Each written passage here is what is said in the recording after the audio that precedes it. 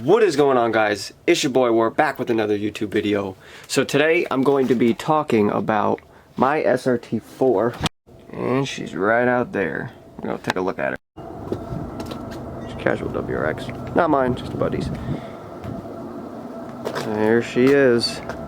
Pretty much looks the same from when I did a last video on her. Alright, so since I did a last video, the last thing I was touching up in the winter, probably about a year ago when I last did this, was I was touching up the exhaust and fixing some of the rust, but we'll get to that in a second. So the exhaust part is what I recently put on, and it is a side exit. It's an Mpx from Modern Performance, and to be honest, she doesn't sound that bad. She sounds really well. It gives it a nice tone. It's more throaty, more deep, and it's just got a great idle. I don't know if the camera can pick this up, but just trying to show like where it routes. It's not too bad. It's pretty simple. It's pretty easy install. Straightforward, and it sounds great. So as for the new viewers who haven't seen my videos yet, I'm gonna go over a little bit the basis of, what's done to the car and setup and all that. So right now it's just sitting on, your basic Raceland coilovers. Nothing too crazy. Well, Raceland Ultimos. The wheels are sitting on factory SRT-4 wheels. No, I'm just kidding. They're XXR 530s. And a lot of people ask me about my wheel setup on this car, which I really love on this.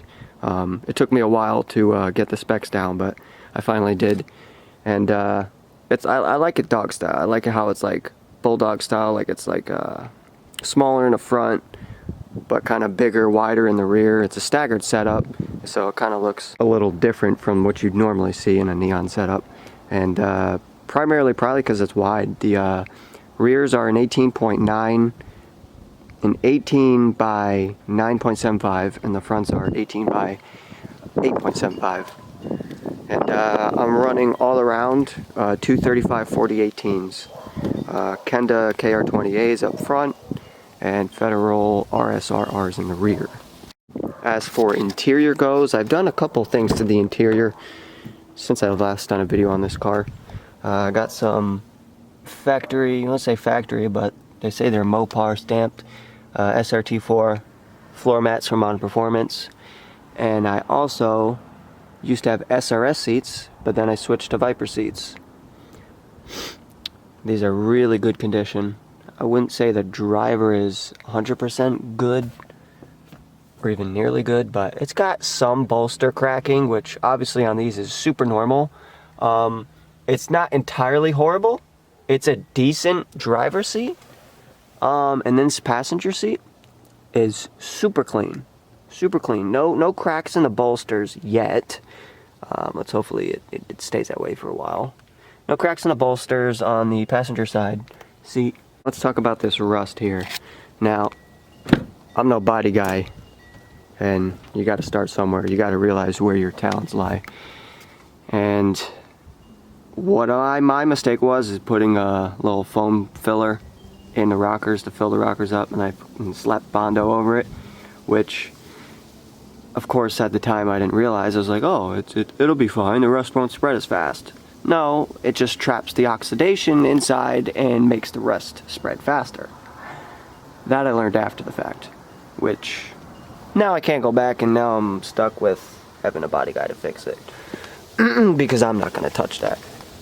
Of course, your pretty much your basic dog leg rear quarters got to be replaced. I don't want to say replaced, but cut and then welded on new metal and all that. Same with the rockers here. This is done. Those are very common on the neon platform. Starting to bubble. Yeah, this is horrible. And then the side skirt doesn't even match up correctly because the holes where the side skirt clips are supposed to go into, they're pretty much non-existent. You can see this gap here, which annoys me greatly for my OCD. Yeah, she just got to be fixed rust-wise. As for Exterior, other than that, this car is very beautiful. It's very well kept. It's a very clean body style. Not really many dings on the body itself. The paint is factory paint, which is kind of surprising. It's very well kept up. I had my car sit next to a 20,000 mile SRT-4 silver as well, and our paints look almost identical, other than, you know, his hood and the front bumper was in a lot better condition because, well, you know, this has the miles put on it and you're going to see some wear, but that's normal. But yeah, it's very well kept up paint for its age and its miles. Let's check out the back seats. Now, can't really pick up the back seats as much because of the lighting is horrible. The sun is just hitting on it. Okay, here it goes. Camera's starting to pick it up a little better. With the Viper seats, I also picked up a set of the back seats as well, even though I already had back seats in the car because, you know, this was a full interior car when I bought it.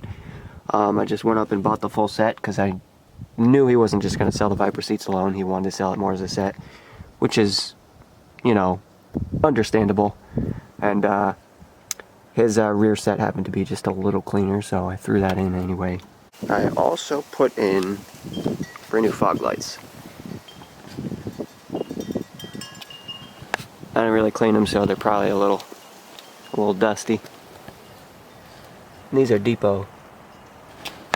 Next up is I gotta get new headlights because these are crusty. Clear coat is almost non-existent. They're starting to yellow and starting to fade. Not too good. And the high beam on this side, something to do with the wiring and the harness for the headlight itself, the housing, has messed up, and I don't really want to worry about messing with the wiring, so I'm just going to buy new headlights just because I need to replace them anyway in the future. Other than that, this car is pretty much dialed, as for in my eyes, you know, as for body goes and exterior. I'm not going to do too much to the car as for like performance wise, just because it's a very reliable tune, and I've driven this car for the past 3 years, countless thousands of miles, and knock on wood, I've never had a problem. It's been very reliable. Watch me blow my motor tomorrow. But yeah, let's talk what I've done since I've done a video on this car last within the past year. Recently I did the fog lights. I don't know if I did a video on these. I did a little side marker lights too. I said I did a lot to it, but not too much. Pretty much those two things, the lights, side marker lights, the fog lights, the exhaust, which was pretty fun to do. I'm not going to talk about the rockers because I already talked about that. And the other problem I also had was the OBD port, which I had that fixed, which was 2 frayed wires and something small, nothing really crazy. But yeah, that's about it for what I've done. I thought I'd done a lot more. It seems like I've done a lot more, but I guess not. Alright, let's go pop the hood and talk about the whole build thread on this car. For those of you who haven't seen my videos yet or are curious, let's get right into the interior. This is a short shifter. Not sure which short shifter, but it has shifter bushings. It's got the wideband there.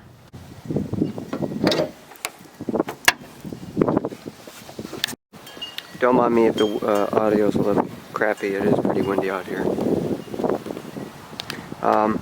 So what's done to this car? It's pretty much around 300 wheel, still stock turbo, TD04 LR, upgraded wastegate. I think it's an Agp wastegate. It's got an upgraded spring in there. I'm not sure how many pound spring is in there, but it's an Agp wastegate, upgraded spring. Full bolt on, you know, exhaust, intake, you know, all that goodies. You got blow off valve, HKS, legit HKS blow off valve. The transmission is built. I'm not sure. I gotta look into the paperwork a little to remember that, but it's got a little number stamp on the transmission, so you you ever go back to whoever did the work on it and they type in that number, it tells you the build thread on what's been done to it. But from what I told when I bought it, it was capable to withstand, 400 to 500 horsepower, pretty much safely. I don't know what they've done to the internals on that, but that's about all that I know. It's got the catch can, oil catch can. Get the fuel pressure there for the wideband. You can adjust it. This little knob there, but since it's tuned, I'm not going to mess with that. It's got Granatelli wires. It's got Granatelli coil pack, plugs, yada yada yada. I got a Hondata intake manifold gasket, which is supposed to keep the temps down. Got an upgraded thermostat, which keeps the temps down as well. Big front mount intercooler.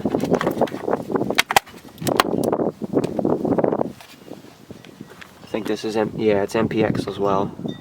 Mpx front mount.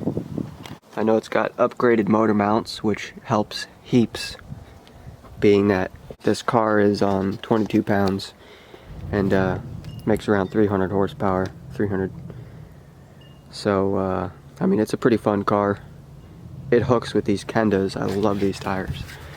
These Kendas are beautiful. In the rain when I'm flooring it in second gear, even though that this car has 300 wheel, it spins just a little and then hooks immediately. And that's in the rain. And for any like tire that I've ran in the past, that's super impressive. Super, super impressive. The only thing left I have to do to this, probably gonna upgrade those headlights to new ones. Fix the rust, bring it to a body shop, have somebody fix that up with a body. And once that rust is fixed, honestly, I'm gonna go ahead and drop some decent suspension, some BC coilovers on this thing, because that is what it is in dire need of. But yeah, it's a fun car. It's very reliable. It's very comfy. It's never done me wrong. Comfy other than the fact that it's on racelands, but other than that, it is a very comfortable, fun car. Upgraded motor mounts, shifter bushings, all that. It's pretty much got the whole package for what you need for a decently set up car, tuned on a very reliable tune, which never gave me problems. And I don't think I'm gonna sell it once I get that rust fixed. I'm gonna keep this car for a while, because it's just such a fun car. Such a fun car to drive, and being that it's reliable just makes it 10 times better. I mean, you could have a car that looks nice and just like drives fun, like you got RB25, those motors sound beautiful. Just any turbo car you can have fun, but it could be like a piece of shit and kind of like drive like crap, but be fun to drive at the same time. I don't know, maybe I'm just too used to 240s and jalopies. So this car is really fun for me. I mean, a lot of people have bad rep on these SRT-4s too. Don't get me wrong, because, they can go really bad. It just depends on your experience. It just depends on how well it's been kept up and its whole setup, It all depends. There's a lot of variables that go into, the reliability of a car. So, from my experience, I'd have to say that this is a very reliable car for me. It's very fun. And I encourage any of you guys that are curious about these, if you know anybody, a friend or somebody, just be like, hey, can I get a ride in one? I guarantee you, you will want to buy one after that ride. Depending if it's a good car. Depending on if it's fast or, not a POS. But most of the time, you're going to get one of these and be like, damn, I got to get one. Because I know a lot of my friends that I've given rides to, and a lot of other people that even weren't friends, I just met them, I'd give them rides, and then after that, they would be like, holy crap, I got to get one. I mean, they're fun cars. I mean, they're really cheap. You can't go wrong with the price of these cars, and you'll love them. Just like any car review. What's a car review without a startup?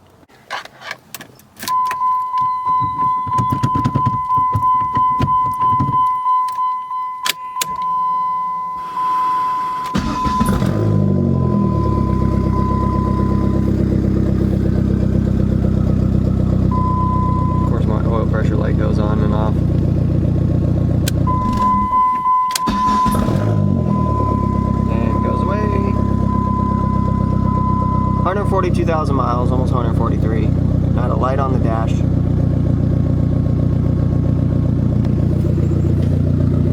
Very smooth idle. Very reliable motor. Good compression. Actually, I say good compression, but I don't know the compression because I still haven't done a compression test yet, but she feels strong. No hiccups. Sounds nice.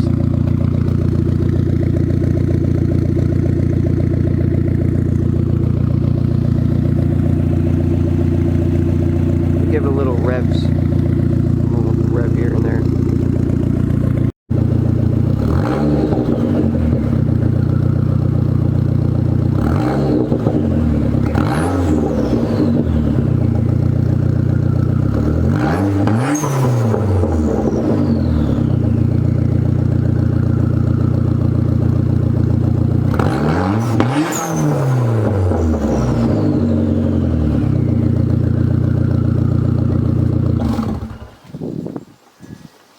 Well guys, that about ends it for today's video. If you have any other questions or anything more on this car, let me know and I'll be sure to get back to you guys.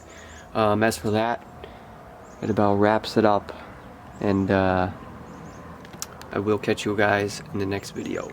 Peace.